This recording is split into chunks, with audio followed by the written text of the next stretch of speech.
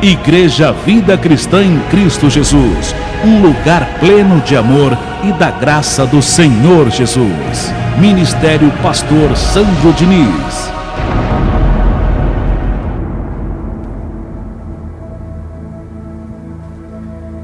Eu te dou graças, meu Senhor, meu Deus, meu Pai.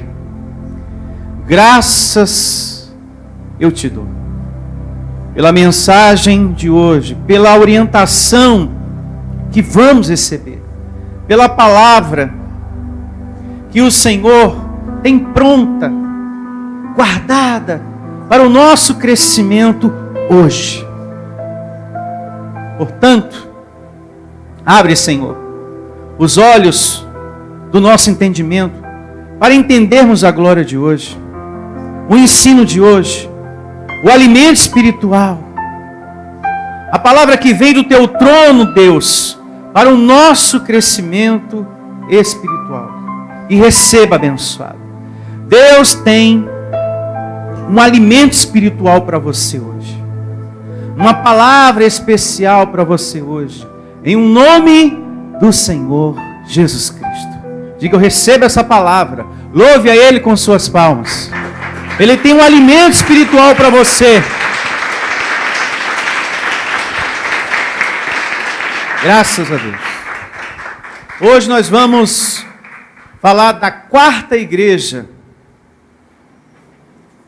do livro do Apocalipse, a de Tiatira. Vamos prosseguir com o nosso estudo, conhecendo as 7 igrejas do Apocalipse. E hoje vamos falar da igreja em Tiatira. É muito importante para o seu crescimento espiritual, para você acompanhar de forma geral. Procure adquirir depois na livraria os CDs, tá? Desse estudo. Nós temos aqui na folhinha do nosso estudo uma introdução que começa assim: o problema principal da igreja em Tiatira foi uma atitude tolerante em relação a uma falsa profetisa, que falava coisas contrárias aos ensinamentos de Deus, querendo desviar os cristãos daquilo que era de Deus para aquilo que era do homem. Ou seja, uma verdadeira comunhão do homem com as coisas do homem. A carta em Tiatira indica que alguém na igreja agia com as mesmas características da Jezabel do Velho Testamento, que perseguiu e matou quase todos os profetas de Deus, e poucos sobreviveram. E aqui do lado nós temos a evidência bíblica. Primeiro livro de Reis, capítulo 18, verso 4.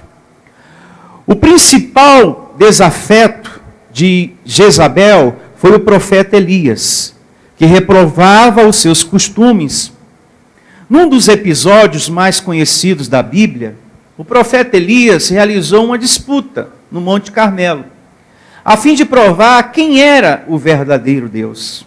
Então caiu fogo do céu e os profetas de Baal acabaram massacrados, como diz em 1 Reis, capítulo 18, do verso 17 ao 40. Em seguida, Elias profetiza contra Jezabel, que ela teria uma morte sangrenta e que os cachorros iriam comer o seu cadáver. E aconteceu. Essa evidência está em 1 Reis, capítulo 21, verso 23. A profecia, porque tudo que o homem faz, um dia volta, né? Ela fez o mal a muitas pessoas, ceifou a vida de muitas pessoas e ela colheu. Porque a nossa vida é resultado daquilo que a gente está plantando, daquilo que a gente está semeando. E tudo que a gente faz, um dia volta para você. Essa é uma grande realidade. E a profecia de Elias foi cumprida. Jezabel foi comida pelos cães. Um final horrível. Como diz o segundo livro de Reis, capítulo 9, do verso 34 ao 35. Portanto, o nome Jezabel aparece na carta em Tiatira. Essa introdução é justamente para que você entenda, porque nós vamos encontrar esse nome lá. Com a intenção simbólica, esse nome aparece, né? Que ficou marcada na história do Velho Testamento como cruel, manipuladora, sedutora e idólatra. Sendo assim, vejamos cada descrição citada nessa carta com os olhos iluminados. E como sempre, eu tenho colocado na folhinha do estudo, né, o capítulo e os versos correspondente a cada carta. E nós temos aqui Apocalipse capítulo 2, do verso 18 ao verso 29, que corresponde à carta à igreja em Tiatira. Convido você a abrir a sua Bíblia agora em Apocalipse, para que a gente possa acompanhar com Bíblia. E no verso da folhinha do seu estudo, você pode realizar as suas anotações de pontos importantes que vamos estar comentando, falando aqui hoje. Apocalipse, capítulo 2, a partir do verso 18. Carta à igreja em Tiatira. Lembrando que a cidade de Tiatira, a igreja do tempo bíblico, não existe mais, tá? Nenhuma delas. Só existem as ruínas. Mas existe a cidade Tiatira moderna. Essa existe. Com a modernidade dos dias atuais, como também as outras que já estudamos e vamos estudar, as 7 igrejas do Apocalipse. E assim diz a palavra do nosso Deus, em Apocalipse, capítulo 2, a partir do verso 18. Ao anjo da igreja em Tiatira escreve. Quem é o anjo da igreja? O pastor. Diga, o pastor. A liderança daquela igreja. Ao anjo da igreja em Tiatira escreve: estas coisas, muita atenção, hein? Estas coisas diz o Filho de quem? O Filho de Deus. Então Jesus não é Deus. E quem é que está dizendo isso? Ele mesmo. Diga, o próprio Senhor Jesus. Através da vida do apóstolo João, aqui em Apocalipse 2,18. É bom a gente meditar um pouco nesse início de verso, porque existem algumas pessoas no meio religioso, hein, que insistem em transformar Jesus em Deus. Há uma insistência nesse ponto, em querer transformar Jesus em Deus. Sendo que a própria Bíblia, né, a gente percebe isso, relata vários diálogos de Jesus com Deus. Você já percebeu isso? Que na Bíblia tem vários diálogos da parte de Jesus para com Deus, como por exemplo, Pai, perdoa-lhes, eles não sabem o que fazem. Um diálogo de Jesus para com o Pai, Deus. Logicamente, se Jesus fosse Deus, esse diálogo não seria o quê? Possível. Como também, Pai, por que me abandonastes? Está aí uma outra coisa que ele, Jesus, não faria se fosse quem? Deus. Pai, por que me abandonaste? Porque uma situação dessa não tem o quê? Lógica. Ao ser crucificado, você lembra que Jesus falou: Pai, nas tuas mãos entrego o meu espírito? Quem lembra? Levante a sua mão. Então ele não era Deus, porque se fosse, não teria lógica esse diálogo também. Pai, em tuas mãos entrego o meu espírito. Não tem lógica uma coisa dessa. Uma outra coisa. Se Jesus é Deus, como a religião, algumas pessoas falam, quando ele sai para orar, isso por muitas vezes, para quem ele orava? Não é verdade? Está aí uma boa pergunta. Se Jesus é Deus, quando ele sai para orar, para quem ele orava? Com quem ele conversava? Com quem ele falava? Essa pergunta, pastor, dá um nó na cabeça de quem quer transformar Jesus em Deus. Não é verdade? Porque por diversas vezes, Jesus sai para orar. Ele fala: eu estava conversando com o Pai. Então não tem lógica Deus orando a Deus. Diga, eu tenho a mente de Cristo. Então ele falava com o Pai. Ainda bem que existem as evidências bíblicas para nos ensinar que Jesus não é Deus. Como aqui em Apocalipse. Olha o que diz o livro do Apocalipse, capítulo 1, verso 1. Aqui pertinho. Mantenha a sua mão marcando a página, né? E vamos ao capítulo 1, verso 1. É bom falarmos um pouco sobre isso, porque há muitas pessoas que são ensinadas a acreditar que Jesus é Deus. Mas graças a Deus temos evidências bíblicas que diz que Jesus não é Deus. Jesus é o Filho de Deus. Olha só, Apocalipse capítulo 1, verso 1. E começa assim, ó, muita atenção a essa evidência. Revelação de Jesus Cristo. Grife. Que Deus lhe deu para mostrar aos seus servos. Até aqui é o suficiente para o que nós estamos meditando. Revelação de Jesus Cristo que Deus lhe deu para mostrar a seus servos. A revelação é de quem? De Jesus Cristo. Agora, quem deu a Jesus Cristo a revelação? Deus.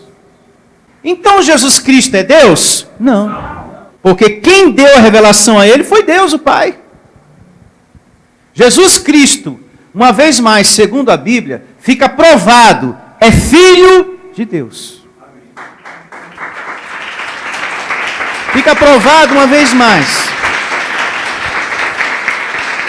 Se eu pego essa Bíblia aqui, que contém a palavra de Deus, e dou essa Bíblia ao pastor Heraldo, ele sou eu? Não. E nem eu sou ele. Se eu pego essa Bíblia e dou a ele, ele não sou eu. Foi o caso de Jesus aqui. Ele recebeu a revelação de quem? De Deus. Mas isso não fez dele Deus. Para tomar posse da identidade de Deus. Para ficar mais claro a todos. Olha só o que Jesus revela a respeito dele mesmo. Em João, capítulo 17, verso 5. Vamos fazer esse passeio aqui rapidinho na Bíblia. Eu acho esse verso fantástico, maravilhoso. A clareza que ele traz acerca de Jesus e do Pai. É muito lindo esse verso. Maravilhoso. João capítulo 17, verso 5. Olha o que o próprio Jesus revela acerca dele mesmo. E começa assim. João 17, 5. E agora, glorifica-me, ó Pai, contigo mesmo, com a glória que eu tive junto de ti, antes que houvesse o quê? Mundo. Então, antes do mundo ser mundo, Jesus estava com quem? Com Deus. Antes do mundo ser mundo, o primogênito, o primeiro da criação filho, estava com Deus, o seu filho Jesus. E coisa linda, abençoada, é a gente congregar e receber a sabedoria de Deus. Isso aqui prova que Jesus foi o primeiro da criação filho. Amém? Amém. Nós somos espíritos, anjos criados por Deus.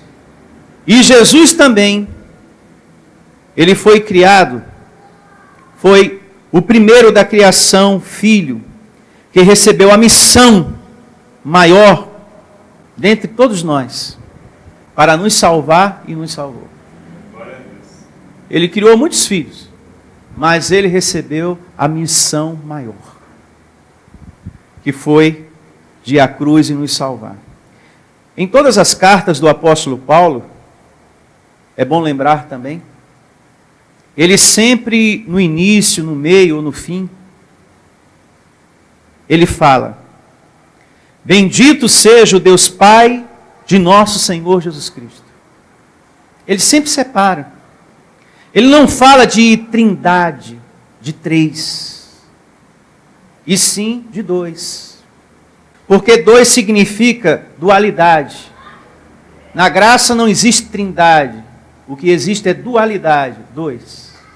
Pai e Filho. E o Espírito Santo, pastor, como é que fica? Quando a Bíblia fala do Espírito Santo, o Espírito Santo é o Espírito do Senhor Jesus, o nosso Salvador. É o próprio Senhor Jesus, o Espírito Santo. Você não pode se esquecer do que Jesus falou. Eu vou para o Pai, mas depois eu volto na pessoa do Espírito Santo, na pessoa do Consolador. Então, quando a Bíblia fala do Espírito Santo, está falando de Jesus. Porque o Espírito Santo é o Espírito do Senhor Jesus em vós. Amém. Dentro de você. Em casa, leia. Em casa, leia João capítulo 14, do verso 16 ao 20. Tá? Lá explica sobre isso. Sobre o Consolador. O Espírito Santo e Jesus não são dois. É a mesma pessoa. Não existe dois disputando você. Olha, eu, o Espírito Santo, tenho mais consolo para te dar do que Jesus. Aí Jesus, não, eu tenho muito mais livramento para dar do que o Espírito Santo, viu? Não existe rivais. Não existe dois disputando você. Olha, eu, Espírito Santo, quero dizer para vocês que tenho mais força para tirar tristeza de corações, hein? Para consolo é comigo mesmo. Aí Jesus, não. Eu posso fazer ainda melhor. Não existe essa disputa. Jesus falou em João, livro histórico 10:30, eu e o Pai somos um. E nessa evidência, a gente também aprende acerca do assunto.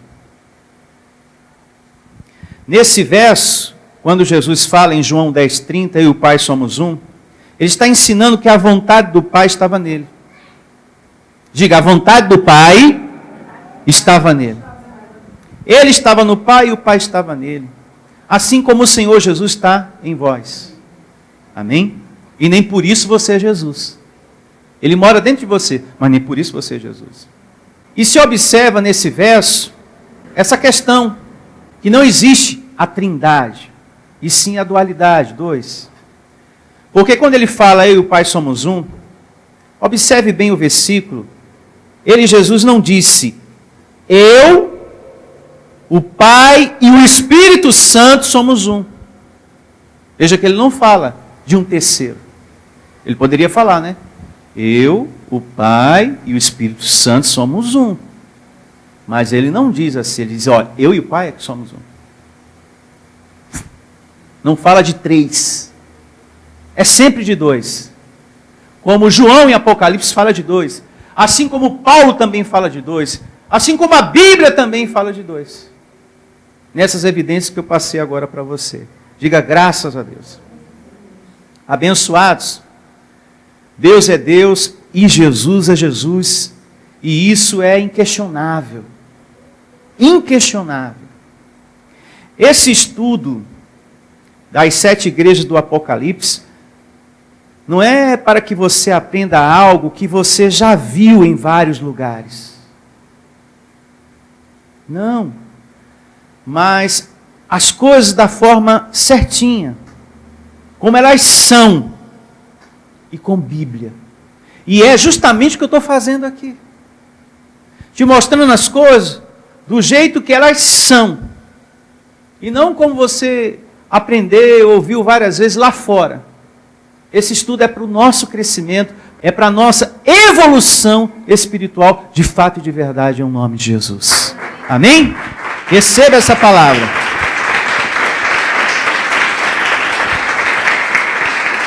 Voltemos ao livro do Apocalipse, capítulo 2, verso 18. E assim diz o livro do Apocalipse, capítulo 2, verso 18. Ao anjo da igreja em Tiatira escreve estas coisas, diz o Filho de Deus, que tem os olhos como chama de fogo e os pés semelhantes ao bronze o quê? Polido. Olhos como chama de fogo são os olhos que tudo veem. É o significado da conclusão final do verso 18, que alcança o teu coração.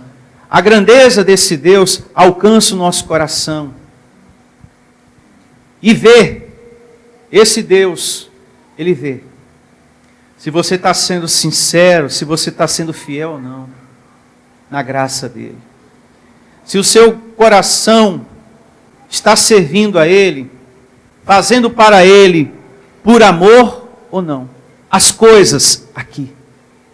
Isso Ele observa e está observando. Se estamos de acordo ou não. Quando uma pessoa está de acordo, quando ela está rendida, ela pensa dessa maneira, não, Deus está certo através desse pastor. Amém, igreja? Amém. Deus está certo. E quando o seu coração está assim, esse Deus, Ele traz luz para as tuas trevas, como diz o Salmo 112, verso 4. Luz para as tuas trevas. Se você se sujeita a Deus, se você tem plantado na caminhada a semente da obediência, de obedecer o Evangelho, Deus cria na tua caminhada uma situação de livramento. Ele abre uma porta para que você não continue vivenciando o sofrimento. Para que você não continue vivenciando a angústia, a dor. Ele vai estar sempre te dando o livramento. Diga, eu recebo essa palavra. Agora, o que faz isso acontecer, o que vai fazer essa diferença na tua vida, no dia das tuas trevas, no dia difícil da vida, é a tua semente. É aquilo que você tem plantado.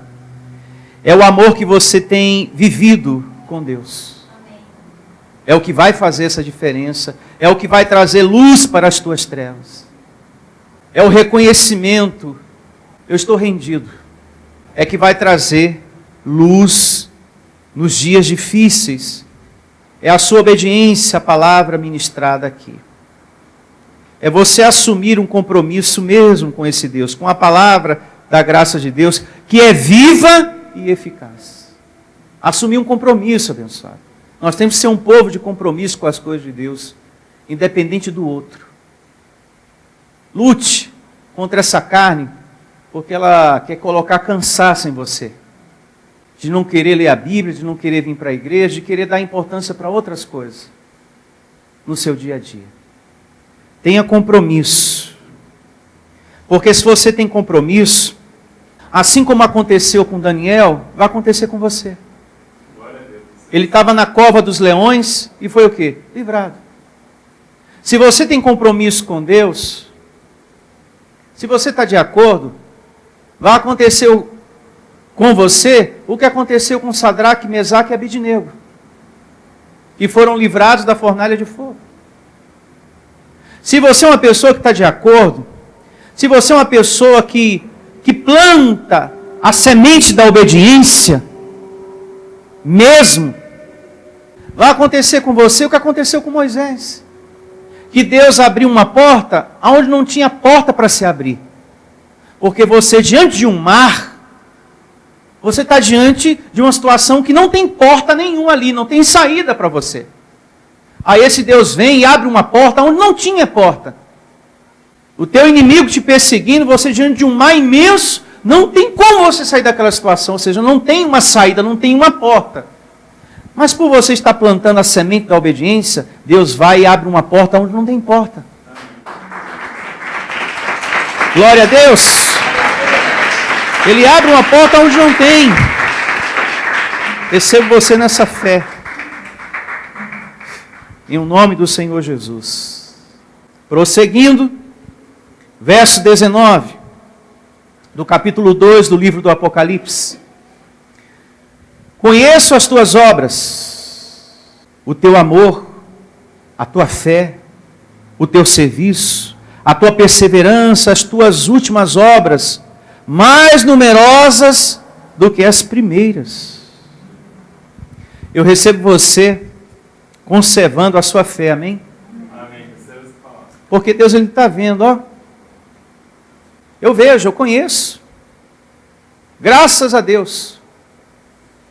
Só no verso seguinte que ele traz uma exortação acerca de uma situação que precisava de um conserto, e nós vamos chegar lá daqui a pouco. Mas antes disso, vamos meditar um pouco aqui. Eu declaro você tendo o que essa igreja tinha. Amém? Amém.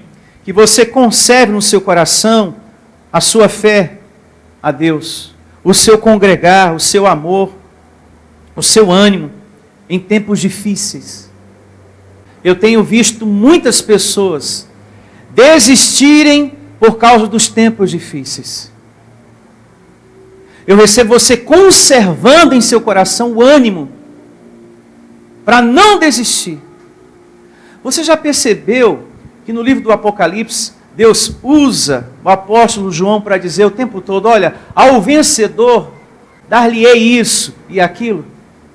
Ou seja, traduzindo, aquele que suportar, aquele que não desistir, tem recompensa em vida e diante de mim. E diante de mim. Isso é muito importante. Porque aqui, o Senhor Jesus faz questão, através da vida do apóstolo João, de falar para a igreja em Tiatira, olha, eu conheço. Diga, ele conhece. Ele está vendo o teu esforço, como ele estava vendo o esforço dessa igreja. Tudo Deus está vendo. A tua dedicação, e conforme essa dedicação, por amor. É por isso que quando você adentrar por essa porta, você tem que se desconectar das coisas lá fora e se moldar nas coisas do reino de Deus. Bom, eu estou aqui na igreja, então agora eu vou me envolver com as coisas daqui. Com a palavra que eu vou receber daqui a pouco, com o louvor, com as minhas tarefas que eu tenho aqui, enfim. Cumprimentar o meu irmão, conversar com o meu irmão, alimentar o meu espírito com as coisas espirituais. Amém? Se envolver mesmo, se dedicar mesmo, em nome do Senhor Jesus. E esse Deus que tudo vê, e que nada fica oculto aos seus olhos, vai te recompensar. Que você é uma pessoa organizada, que estando aqui para se alimentar de Deus, você leva a sério, você é zeloso, você tem um coração aplicado às coisas do Senhor. Você tem que ter um coração aplicado, abençoado. É como nós aprendemos semana passada. Daniel tinha um coração aplicado ao Senhor. Aí ele ora a Deus e o anjo vem e ministra. Você quer livramento, você quer milagre, você quer prosperidade, você quer tanta coisa. Mas é necessário aplicar o coração nas coisas do Senhor. E não pode ser de qualquer jeito, não pode ser de uma forma relaxada. Não pode ser empurrando com a barriga. Você não pode ser um cristão, seu barriga, que empurra com a barriga. Hoje eu tenho que ir para a igreja, né? Afinal, tem que ir, né? Vamos lá. Empurrar com a barriga. Não empurra com a barriga. Anula isso, abençoado. É para Deus. Tem que ser o seu melhor. E com alegria, com ânimo. Assim como você acorda cedo para trabalhar. Faça chuva, faça sol. Você não chega atrasado. Você chega na hora certinha. É pontual. Faz tudo direitinho. Na hora que está no trabalho, concentrado no trabalho. Não deixa nada lá de fora envolver você, atrapalhar você. Por que aqui na igreja, por que com as coisas de Deus é diferente? Mas Deus é amor, né, pastor? Deus Deus é amor, Ele entende. Parece que para Deus tem que ser assim, uma coisa relaxada. E não é. Paulo diz que para Deus as coisas têm que ser levadas mais a sério. Em um nome de Jesus. Amém? Pense nisso. Então a gente percebe, no verso 20, do capítulo 2 do livro do Apocalipse, o Senhor Jesus traz uma repreensão para corrigir algumas coisas que não estavam sendo feitas corretamente na igreja. Porém, ele estava contente com a perseverança, com o amor e com a fé. Mas tinha algo que precisava ser corrigido. E veja o que diz o verso 20 do capítulo 2 do livro do Apocalipse. Tenho, porém, contra ti o tolerares que essa mulher, Jezabel, que a si mesmo se declara profetiza, não exatamente, olhe para mim, não exatamente a Jezabel do Velho Testamento. Por isso que a gente realizou aquela introdução no estudo. Não exatamente aquela do Velho Testamento. Essa Jezabel, que se refere aqui na igreja em Tiatira, significa alguém que falava coisas contrárias aos ensinamentos de Deus, desviando o homem daquilo que é de Deus. Então tinha uma falsa pessoa no meio, um falso servo, para que você entenda melhor, que estava querendo desviar os cristãos, alguns cristãos, das coisas de Deus para as coisas do homem, como fez a Jezabel do Velho Testamento lá atrás, como a gente aprendeu. E como faz nos dias atuais esse sistema religioso evangélico tradicional, porque eles também fazem isso. O tempo todo procura desviar os filhos de Deus daquilo que é de Deus para as coisas do homem, trazendo ensinamentos contrários à palavra de Deus. Então, a mesma situação que a gente percebe aqui em Tiatira, a gente vê também nas igrejas atuais nos dias de hoje. Como, por exemplo, tem igrejas do sistema religioso que ensinam as pessoas a adorarem óleo ungido, azeite, que eles dizem que é o próprio Espírito Santo. Isso é desviar uma pessoa daquilo que é de Deus para um ensinamento de quem? Do homem. Isso é um ensinamento totalmente contrário. E há isso lá fora. Homens que ensinam que o azeite que você encontra em qualquer supermercado, que ele é o próprio Espírito Santo. O apóstolo Paulo diz na sua segunda carta aos Coríntios, capítulo 3, verso 17, da seguinte maneira: ora, o Senhor é o Espírito. Ele é Espírito. Se eu falo que o azeite é Jesus, eu estou desviando o homem daquilo que é de Deus para aquilo que é ensinamento do homem. Lá fora, meus amados, está cheio de ensinamento de homens. Como tem igrejas fazendo isso? Desviando o povo de Deus para ensinamento de homens, para imagens de pau, de gesso, de metal. Não é verdade? Isso é um desvio também. E já outros para o azeite. O azeite é o próprio Jesus, hein? Pega e leva para casa, que é o próprio Senhor. E já outros que dizem que Jesus é uma varinha, a varinha de Jacó, né? É a rosa de Saron, a rosa ungida é Jesus. Ou um pão. Eles têm mania de dar objetos e falar que aqueles objetos é algo divino, é Jesus, é Deus. E nós aqui não fazemos questão desse sistema religioso, não queremos nada dele. Porque o que está aí, lá fora no sistema, tem tirado as coisas de Deus para colocar as coisas do homem, no lugar das coisas de Deus. Esse sistema religioso, só para você ter uma ideia do perigo que ele é, esse sistema religioso é uma fábrica de loucos. Você conversa com os crentes, eles só falam no diabo. Só no diabo. Qualquer crente de igreja evangélica tradicional, se você conversa com ele, a cada 10 palavras, 9 é diabo. Porque o inimigo está fazendo, porque o inimigo está tramando, e é o diabo, é o inimigo, e é o demônio. São pessoas perturbadas, sem paz, porque os próprios que ensinam para elas são os primeiros perturbados. São os primeiros. Você não vê nessas igrejas pessoas equilibradas. Você não vê, abençoado. São pessoas desequilibradas. Esses dias, essa semana mesmo na internet, eu vi um homem queimando uma televisão de 49 polegadas. 49 polegadas. E antes dele queimar, ele estava falando, ó, tá vendo isso aqui? É um instrumento de Satanás. E ele não entra mais na minha casa. Botou fogo.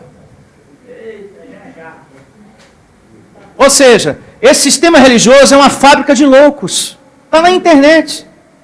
Queimou uma televisão de 49 polegadas. Tantas pessoas precisando, né? E ele queimando. Agora, tudo isso por causa do ensinamento religioso. E só a graça de Deus para equilibrar essas pessoas. Só a graça de Deus. Como equilibrou a gente também. Só a graça de Deus equilibrou a gente também. Graças a Deus. Porque no passado a gente também recebeu uma informação ruim. Um ensino errado. No passado também a gente fez coisas e quando a gente lembra, a gente sente vergonha. Nossa, eu fiz aquilo, eu cheguei a fazer aquilo. Eu cheguei a tomar atitude como fosse uma criança no jardim de infância. Com os objetos que eu peguei naquela igreja, com as situações que eu fiz naquela igreja. E que você lembrando desse passado, eu estava brincando de criança. Jardim pré-maternal, porque o que eu fiz é o que o meu filho hoje faz. Aqueles brinquedos que eu peguei naquela igreja, é os brinquedos do meu filho, aquela espada de plástico, aquele bonequinho, aquela varinha, é o que eu vejo na mão do meu filho, é o que eu pegava lá na igreja lá do passado. Enfim, quando a gente lembra, a gente sente até vergonha. E foi a graça de Deus que nos libertou, amém?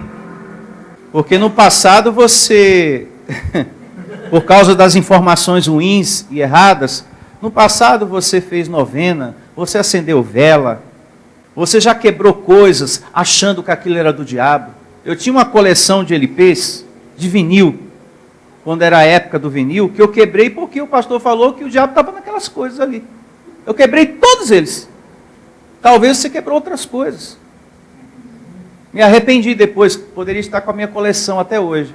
Mas quebrei tudinho porque ele falou que é música do mundo. A música do mundo é a música do diabo. A música secular, né? E eu quebrei todos. Então tem pessoas que quebram coisas porque é ensinado para ela que é do diabo. Já outros matam a galinha, né? Para colocar na encruzilhada. Então você fez tanta coisa, porque isso também é ensinamento do homem. Não é verdade, abençoado? Matar a galinha na encruzilhada é ensinamento de homem. Que te tira do ensinamento de quem? De Deus. Tudo isso aí é religião, é sistema religioso. É ensinamento contrário à palavra de Deus. E quem está aqui conosco tem que entender isso. Quem está aqui tem que ter maturidade para isso. Tem pessoas que não têm maturidade. Lá não tem diabo. E sem diabo eu não vivo. Então vai com Deus, como diz Roberta Miranda. Vai com Deus. Tem pessoas que não sabem viver sem um demônio. Coisa absurda, né? Então, voltando aqui ao verso 20 do capítulo 2 do Apocalipse, prosseguindo. Tenho, porém, contra ti o tolerares, que esta mulher, Jezabel, que a si mesmo se declara profetiza, não somente ensine, mas ainda seduza os meus servos, a praticarem prostituição nos dois sentidos, sexual e espiritual, porque quando um pastor fala para você, olha, essa lâmpada ungida, quando você colocar na sua sala, no seu quarto, vai acontecer isso e aquilo, o milagre, a prosperidade, o seu marido vai largar a amante, é um ensinamento de homem. É prostituição espiritual isso aí. É um ensinamento contrário à palavra de Deus. Uma lâmpada. Isso não é palavra de Deus. Então está aí uma prostituição espiritual também, que a gente vê nessas igrejas. Seguindo, a praticarem a prostituição e a comerem coisas sacrificadas aos ídolos. Comer coisas sacrificadas aos ídolos, eu já ensinei e repito, é comer da palavra do homem, é comer do entendimento do homem, é se esquecer-se do entendimento de Deus e se envolver com a palavra do homem, é trocar o que é divino por aquilo que é humano, por aquilo que é do homem, é comer comida sacrificada aos ídolos. Verso 21, dê-lhe tempo para que se arrependesse. Ela, todavia, não quer arrepender-se da sua o quê? Prostituição. Aqui diz que ela se declarava, observando, analisando o verso 20 e o verso 21, a gente percebe que essa falsa pessoa, essa falsa profetisa, que estava na igreja, querendo contaminar alguns com os seus ensinos, com a palavra do homem, ela se declarava ser uma coisa que ela não era. Isso também faz alusão a certas igrejas onde existem profetisas. Isso faz alusão a essas pessoas que mandam mais na igreja do que o próprio pastor. Tem muitas igrejas assim, viu? Que a profetisa manda mais do que o pastor. Cala a boca porque quem vai falar agora sou eu. Aleluia, sarabacanta, sarabacanta. Quem vai falar agora sou eu. Eis que o Senhor me revela. E o pastor tem que ficar calado, né? Que dizem receber mensagens de Deus e falam de forma enrolada, né? E que depois dizem, você irmã, Deus está me revelando, hein? Fique esperta, não é para casar com aquele irmão não, hein? É para casar com aquele lá, ó, o Tonho. Casa com o Tonho, mas não casa com aquele lá não. Deus está me mostrando, Deus está me revelando. Fora as palavras ruins que certas profetisas falam. Há muitas. Eis que o Senhor me revela, eu vejo um caixão, eu vejo morte, eu vejo isso. Deus vai te provar com câncer, Deus vai te provar com isso e com aquilo. Fora as palavras ruins que certas profetisas falam. São pessoas que ficam se metendo na vida dos outros e fazem uma tremenda confusão em nome de Deus. Se metem, tomam decisões na vida pessoal das pessoas, dizem com quem você deve casar. Olha, irmã, você deve se casar com aquele irmão lá. Mas eu não gosto dele, não, mas o Senhor está me revelando, tem que ser ele. Tem muita gente assim, sabia? Nessa situação. Então, essa evidência do verso 20 e verso 21 também faz alusão a certas igrejas, a certas profetisas que dizem receber a mensagem de Deus. Certo? Verso 22. Seguindo. Eis que há prostro de cama, bem como em grande tribulação os que com ela adulteram, caso não se arrependam das obras que ela incita. Matarei os seus filhos, ou seja, os seus seguidores. Esse matar, que diz aqui, é que a pessoa perde por continuar no entendimento de quem? Do homem. A pessoa perde a condição de entender as coisas que vêm do alto. Quando você insiste em permanecer em uma coisa que é contrária à palavra de Deus, esse Deus bloqueia o entendimento. E você fica entregue, você é levado como uma folha de papel pelo vento. pelo vento de doutrina que há aí fora. E você, abençoado, começa a acreditar em tanta coisa, a tua vida espiritual fica seca. E há muitas pessoas que Deus tem entregue a um viver vergonhoso por dar ouvido à palavra do homem. Por estar vivendo ensinos contrários à palavra de Deus. Deus tem permitido que muitas pessoas sejam entregues. Pessoas que estão vivendo uma vida espiritual seca. Ali tem mais milagre. E vai lá. Não é verdade? Sim ou não? Sim. Ali revela o passado, presente e futuro. Pessoas que um dia estavam na igreja glorificando o Deus Todo-Poderoso. E que hoje está estendendo a mão para uma pessoa revelar o seu futuro. Isso acontece quando a pessoa não tem paciência para esperar as promessas no altar da graça de Deus. Tem muitas pessoas que por falta de paciência, elas têm buscado a promessa do milagre mais rápido. Eu prometo e te dou a pessoa amada em 24 horas.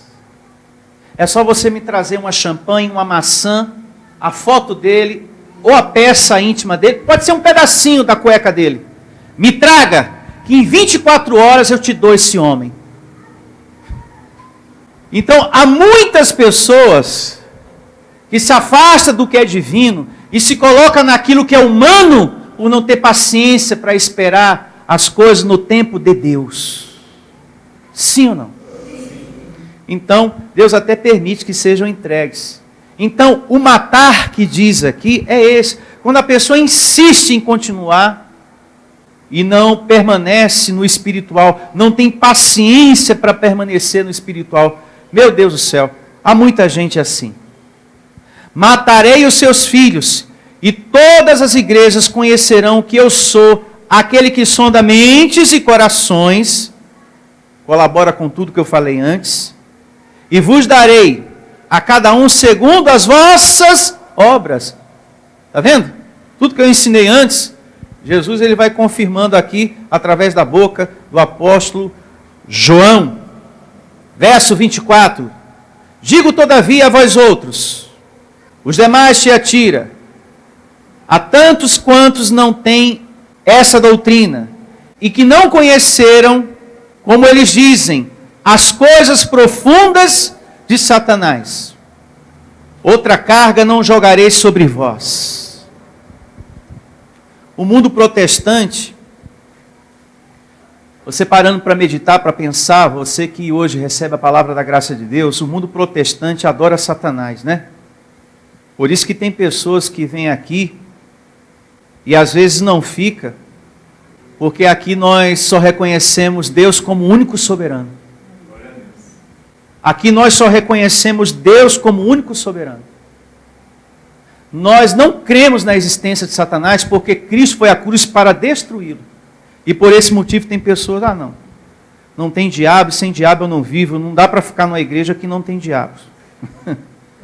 Porque nós aqui só damos glória para quem? Para Deus. E não para um ser que não existe.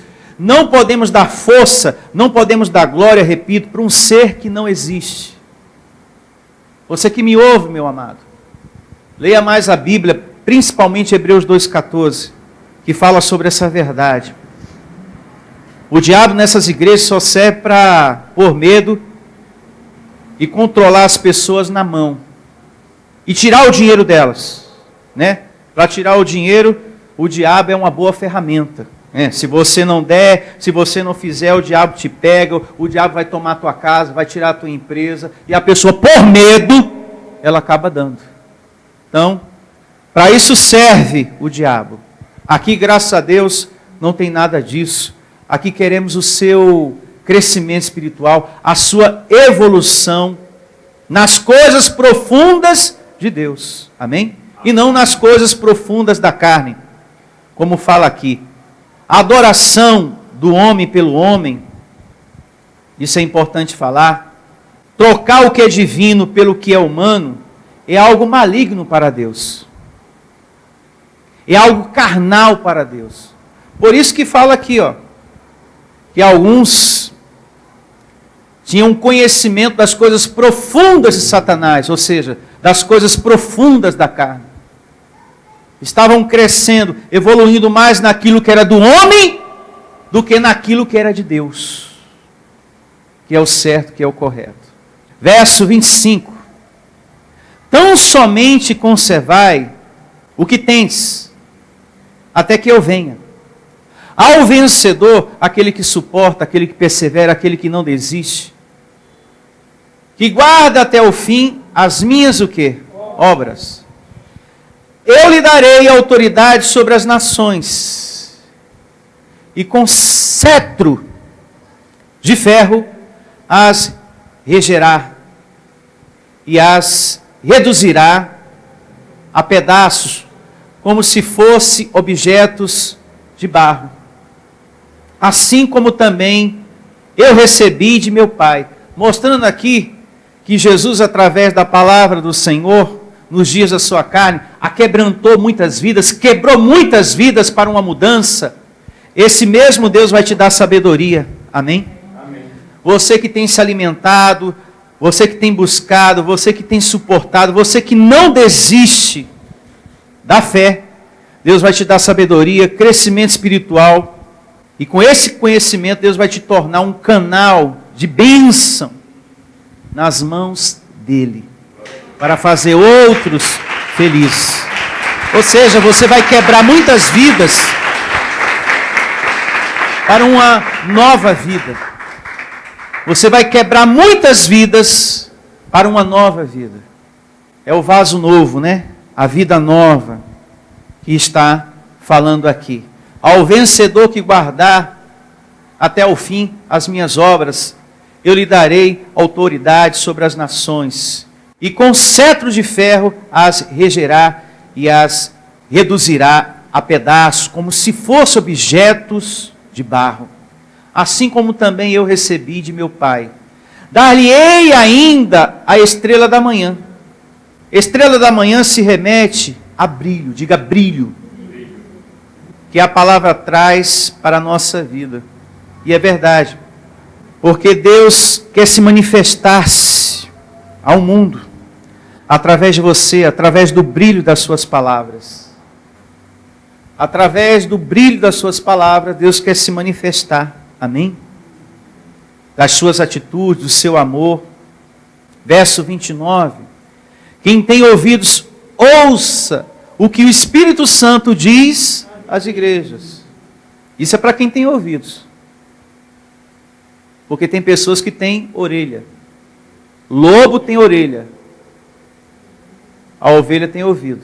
É bem diferente, né? Quem é ovelha mesmo, entende tudo que eu falei aqui. Perfeitamente recebe, toma posse, dá frutos. Amém? Diga, eu recebo a minha vida dando frutos, brilhando em o nome de Jesus. Louve a Ele.